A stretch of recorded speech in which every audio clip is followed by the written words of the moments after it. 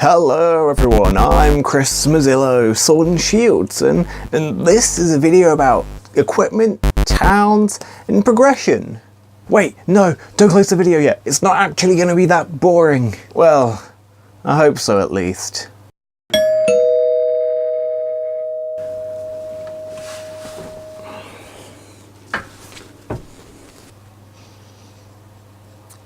So, RPGs, they've got a lot of equipment in them, and you may not have ever thought about this, but have you ever thought about how equipment systems ultimately control the progression and pacing of a game? I have. From the sweet feeling of unlimited power that comes from when you just freshly leave a town with your upgraded equipment, to the harsh and grueling last 100 meters as you just desperately hope for a settlement once you've finally left that dungeon.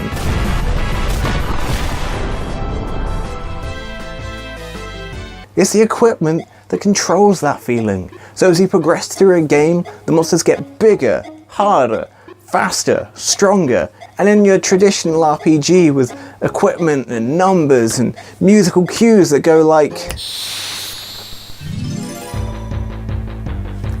You look at your sword of +10 stabbing and you begin to wonder why it doesn't do as much stabbing as it once did. And it's simple. The monsters are just more resistant to stabbing. Obviously, we all get more resistant to stabbing the further away we move from our starting location. So you find yourself into the next town, you bust into the equipment shop, and you buy a sword of +20 stabbing. Suddenly, you feel like a stabbing god, as everything just falls by your stabbing sword. Until eventually you move on and progress, and everything begins to feel tougher and the screws tighten once again. In your standard RPG, this process tends to repeat again and again and again, until you either break the pacing by stumbling upon the ancient lost stabbing sword of Sir Stabbington with +1000 stabbing, or you just finish the game. But this all seems really basic and simple. Why am I here?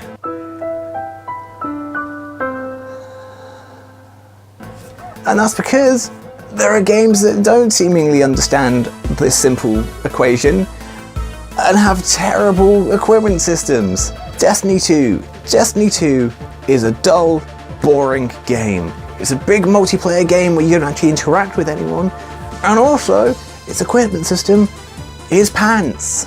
It takes from what I'll call the continuous equipment upgrade system, which means that as you're progressing through your journey, you'll kill an enemy with your +10 stabbing sword, and they'll drop another sword, and you're like, sweet, it's a +11 stabbing sword, and then a little bit later on you kill another enemy, and it'll be a +12 stabbing sword. And then it just keeps on doing that over and over again. If you're lucky, you might find a rare or legendary or epic or sparkling or whatever sword that'll be like +14 or +15. But the sad thing is, you're just probably going to replace it in about an hour's time because you'll find something better.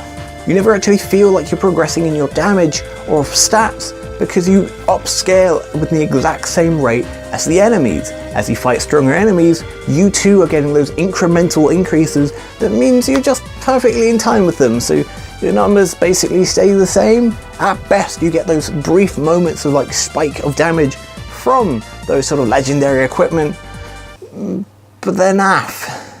Let's talk about this with science. I made a graph.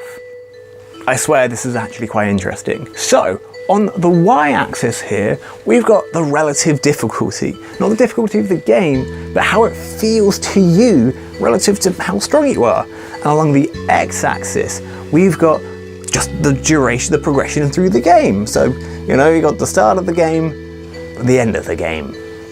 Simple. Now, in games like Destiny 2, with the continuous equipment upgrade system, your relative difficulty basically stays the same because you're always upgrading in exactly the same rate as the monsters. This produces a boring beige line of dullness throughout as you progress through the story because it's just the same the entire time. In other games though, games that I shall call the continual equipment upgrade system, in which yes, you are still going through that repeated process of upgrading your equipment, but the upgrading of the equipment is a process of itself. It's not just something you do all the time, but it's something that you do every now and then, but repeated. In these games, of which the repeating process is towns, you'll see that, well, the game feels like it's just getting a little harder and harder and harder as you progress through the game, because the monsters are getting tougher, but your equipment, it's in need of updating. But wait, you see that drop? That drop right there. Do you know what that is? That's a town, because suddenly you've bought new equipment and you suddenly get a nice power boost and you feel stronger and everything feels weaker. But then this process just repeats again and again and again when you just get this interesting electric blue lightning of peaks and troughs and entertainment and fun. Destiny 2 isn't the only game that's guilty of this though. I don't want it to seem like I just hate Destiny 2, even though I do, because it's rubbish. But this sort of continuous upgrade system is in so many games, you won't even be able to name any of them, because they're easy to forget and a bit rubbish and boring. However, one that I will talk about is MapleStory 2, because MapleStory 2 was a total kick into the nostalgia, because in MapleStory 2, it suffers from that same continuous non-stop equipment upgrade system, except for this time, you know, you'll be picking up the same 3 weapons and different outfits from level 1 all the way to whatever the maximum level is. Except for, oh, this one's level 42, this one's level 43.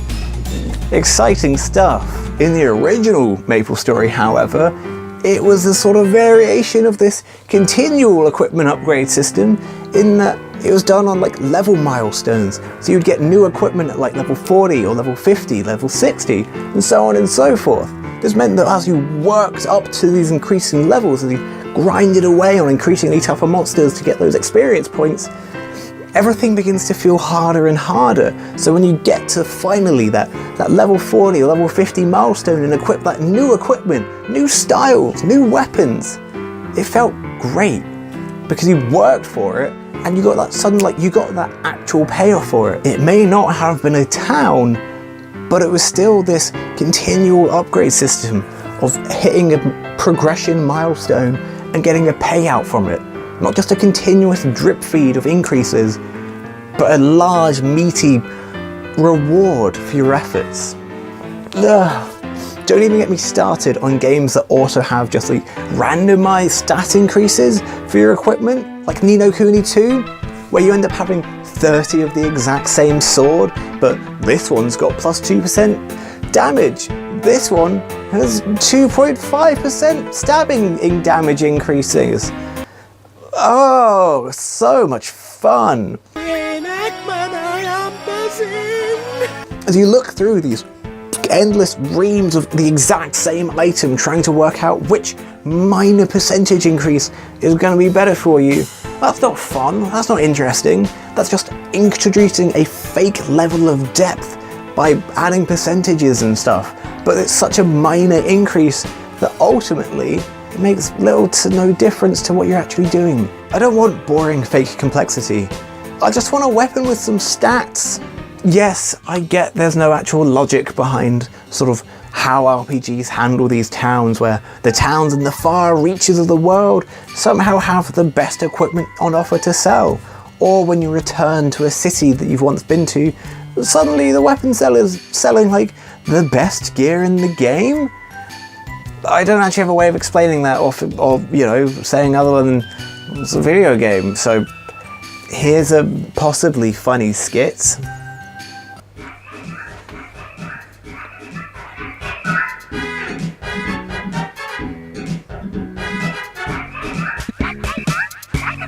What? Hello and welcome to the store. Who are you? What are you doing in my house? You weren't here before when I left for work. I'm here now. Might you check out some of our humble wares to aid you on your journey? Such as Orgnax's pen of minor bureaucracy, or Goliath's paper, slightly used. I work in retail, so none of this really matters to me. Ah, fret not, I've got just the thing. But that's kind of it. Bring back the traditional progression systems of equipment systems, of getting to the next town and getting a nice increase I don't want to be there playing a game thinking, oh, yeah, this one's got higher numbers. Okay. Instead, what I want is, yeah, finally a new town, new equipment. Oh, I feel great. Am I the only one that's actually bothered by this? I probably am the only one bothered by this. Hey, and thank you for watching my video about equipment in which I ramble endlessly about how I get caught up on the most minor of things. Anyway, if you have your own comments about equipment systems, if you're weird like me, leave it in the comments section because that's what those places are for. Otherwise, I do have a blog website which is always worth looking for. It's in the description. And if you like this video, leave a like or something like that. Also, here's a video about Valkyria Chronicles 4 that came out recently. Sort of has equipment systems similar to this. And then down here, there's another video. It'll probably be board games. Roots doesn't have an equipment system. It's a board game. Anyway, also my face. Click on that if you want to subscribe. Thank you and goodbye.